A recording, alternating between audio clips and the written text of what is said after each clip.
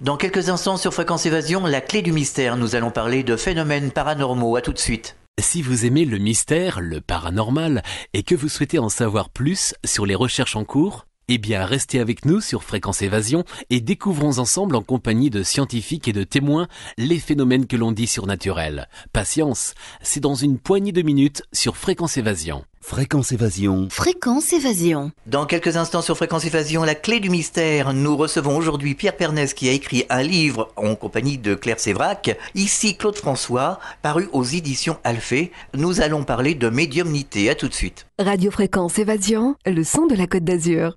Fréquence Évasion vous donne la possibilité de dialoguer sur l'un des 3 forums. Paranormal, région et musique. Venez dialoguer sur les forums Fréquence Évasion. Cliquez sur Forum.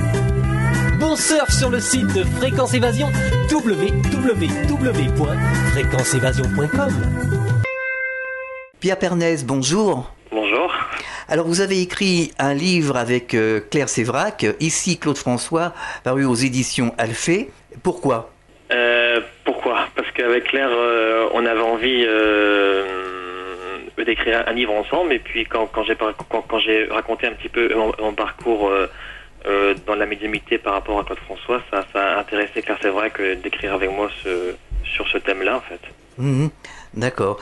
Alors, vous avez eu un rapport avec le paranormal ou les communications avec l'au-delà, entre guillemets, depuis quand ? C'est-à-dire, ça s'est produit à quel moment ? Comment vous avez découvert ce don, en quelque sorte ?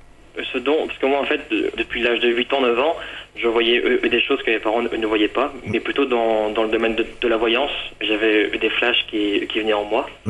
Et après le 13 avril 2001, c'est là où j'étais dans ma chambre un soir, j'écoutais de la musique. Ouais. Et il y a une grande lumière blanche qui est apparue devant moi, qui m'a ébloui. Oui. Et à l'intérieur, il y avait le visage de Claude François, qui m'a souri et qui m'a parlé, et qui a commencé à raconter sa vie, à me raconter sa vie dans là-haut, en fait. Alors on reviendra à Claude François tout à l'heure. Est-ce que ça vous est déjà arrivé ? Est-ce que vous avez eu d'autres communications autres que Claude François ? Non, là c'était la première fois. Ah, c'était la première fois ? Ouais, c'était en 2001, donc j'avais 20 ans. Et c'était la première fois que j'avais une communication avec un esprit de là-haut. Ah d'accord. Et comment ça s'est concrétisé ? Vous l'entendiez ? Donc vous dites vous l'avez vu dans une lumière, c'est ça ? Une très grande lumière blanche. Et au loin, il y avait le visage qui était au départ très loin et qui, au fur et à mesure du temps, s'approchait. D'accord. Là où j'ai reconnu le visage de Claude François, il m'a parlé. Mais les paroles étaient plutôt à l'intérieur de moi d'abord. D'accord. C'était en moi, disons. Et vous l'entendiez assez fort ou comment ça se passe ? Oui, assez fort, de façon que je puisse comprendre. Mais c'était à la fois en moi, donc c'était à la fois ça résonnait en moi. Difficile de bien expliquer ça, mais... Oui, c'est un peu une voix intériorisée. Voilà. Qui passe pas par les oreilles. Non, voilà. À ce moment-là, non. D'accord. Et alors, comment se sont passés ces premiers contacts ? Plutôt étrange et bien à la fois. Oui.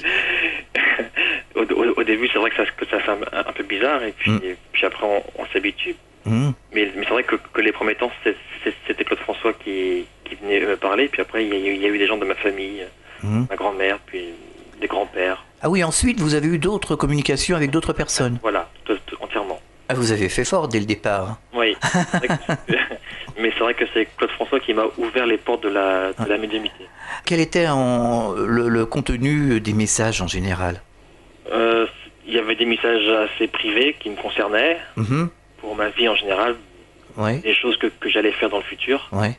Et puis il me racontait aussi sa vie là-haut, puis également les vies antérieures qu'on avait eues ensemble. Ah d'accord. Alors justement, beaucoup d'auditeurs de Fréquence Évasion nous posent la question suivante. Comment ça se passe dans l'au-delà ? Alors justement, qu'est-ce qu'il vous a raconté, Claude François ? Qu'il est heureux, qu'il continue de faire un petit peu ce qu'il faisait sur Terre, mais différemment. Et que là-bas, par contre, que la pensée là-haut, la pensée est créatrice. D'accord. Quand on pense à quelque chose, ça se réalise devant nous. D'accord. Si on pense à un arbre, il y a l'arbre qui va se matérialiser. Voilà. Mhm. Et donc, c'est vrai que en fait, finalement, ça rejoint un petit peu tous les textes et les témoignages de personnes qui ont écrit sur l'au-delà. C'est à peu près la même chose. Oui. Mhm. Oui. Heureusement encore. Oui. Oui, mais c'est vrai que ça se rejoint avec les autres. Oui. Ça se rejoint. Oui. Et ensuite, vous avez eu d'autres communications avec d'autres personnes. Voilà. Ensuite, j'ai eu ma grand-mère, Mhm. puis des grands-pères, et puis des gens que ma famille connaissait, qui avaient perdu, et puis qui venaient me parler. Et les communications se sont passées de la même manière. Oui. Oui. Oui, de la même manière. Oui. Enfin, il n'y avait pas la grande lumière blanche autour d'eux forcément, mais Oui. oui. Oui. Est-ce qu'on vous a fait des révélations je pense par exemple à Nicole Dron qui a vécu une expérience, c'est pas pareil, mais une expérience aux frontières de la mort, une NDA, qui est passée de l'autre côté et on lui a prédit des choses assez pertinentes qui se passeraient dans les années futures et tout est arrivé. Il y a encore des choses aussi qu'on lui a prédit, c'est en 1966 qui arrive aujourd'hui. Mais sur le monde en général. Sur le monde en général et sur sa famille, hein, des choses qui la touchaient de près. Est-ce que vous, c'est à peu près la même chose? Oui, sur ma vie, oui, sur la vie de ma famille aussi. Mhm. Après, sur le monde en général, non. J'ai jamais rien eu de... Non. Je peux pas dire que j'ai eu des choses précises sur le monde en général, jamais. Mais sur des choses personnelles, oui. Et ces choses personnelles se sont réalisées? Oui. Oui. Ah oui, entièrement, oui. D'accord. C'est vrai que sur le monde entier, j'ai jamais eu Enfin, ils m'ont jamais rien indiqué de ce qui allait se passer, par exemple. Alors, des contacts avec Claude François, pour revenir à lui, est-ce que vous en avez eu plusieurs pour écrire ce livre? Oui. Oui. Oui. Disons que pour écrire ce livre, Claire avait préparé, Claire Sévrac avait préparé des questions. Oui. Et donc, à ce moment-là, je me mettais en condition pour recevoir Claude. Mhm. Et quand il est arrivé, donc, on lui posait les questions et il répondait. D'accord. Et il n'a pas donné de choses, d'informations pertinentes qui auraient pu, attirer l'attention des sceptiques, par exemple? Non. Non. C'était pas forcément son but à convaincre les gens qui étaient sceptiques. Lui, son but, c'était surtout de donner un message à ses fans pour leur dire qu'il est toujours vivant. Mhm. Et je sais que maintenant, il y a énormément de fans qui croient en ce livre et qui sont rassurés. C'est vraiment le message de Claude. Par rapport à ce livre, est-ce que vous avez eu des contacts avec un des membres de la famille de Claude François? Oui, Josette, qui est la sœur de Claude François, la sœur de Claude. Et comment elle a perçu justement ce genre d'annonce? Plutôt bien. Oui. Elle a d'ailleurs fait un témoignage dans le livre. Mhm. C'était plutôt même très favorable par rapport à ça. Elle n'a pas été surprise? Non, pas vraiment, puisque sa mère était plongée dans la voyance et son frère aussi, donc Claude François aussi, plongé dans le domaine de la vie après la mort et de la voyance, donc du coup, non. Oui, c'est une personne avertie, quoi. Voilà, tout à fait. Voilà. Elle y croit, mais c'est vrai qu'elle a un peu peur de ça, mais elle y croit. D'accord. Et est-ce qu'aujourd'hui vous avez encore des contacts? Avec Claude François, oui. De moins en moins. De moins en moins. Le livre est sorti, de moins en moins. Non, il est parti faire autre chose ailleurs. Donc, du coup, il est moins présent. Et avec d'autres personnes? Oui, autrement, oui. Les gens qui viennent généralement me consulter, c'est pour recevoir des messages de leur famille, donc oui. Alors justement, ces gens qui viennent vous consulter, je suppose, c'est en cabinet ou dans des conférences? En cabinet. En cabinet, donc c'est à peu près la même chose finalement. Vous travaillez avec des photos, je suppose? Oui, photos, oui. Oui. Ouais. Et alors comment ça se passe? Comment les messages arrivent? Comment les personnes décédées se présentent? Ils se présentent comme de la façon dont ils étaient sur Terre. Donc ils me donnent des choses précises pour que la personne qui vient consulter, qui vient recevoir un message, puisse la reconnaître. Et puis une fois que la personne est bien reconnue, je reçois le message. Je l'écris, donc je répète ce que j'entends. Est-ce que vous avez eu des messages assez pertinents? Oui. Oui. Oui, avec des choses bien précises, avec des points très nets et très précis, oui. Est-ce que vous auriez un exemple? Non, sur le coup... Une histoire qui vous a marqué, par exemple? Oui, il y avait une dame qui était venue une fois me consulter, et puis son grand-père avait disparu, et donc elle savait pas s'il était mort ou pas.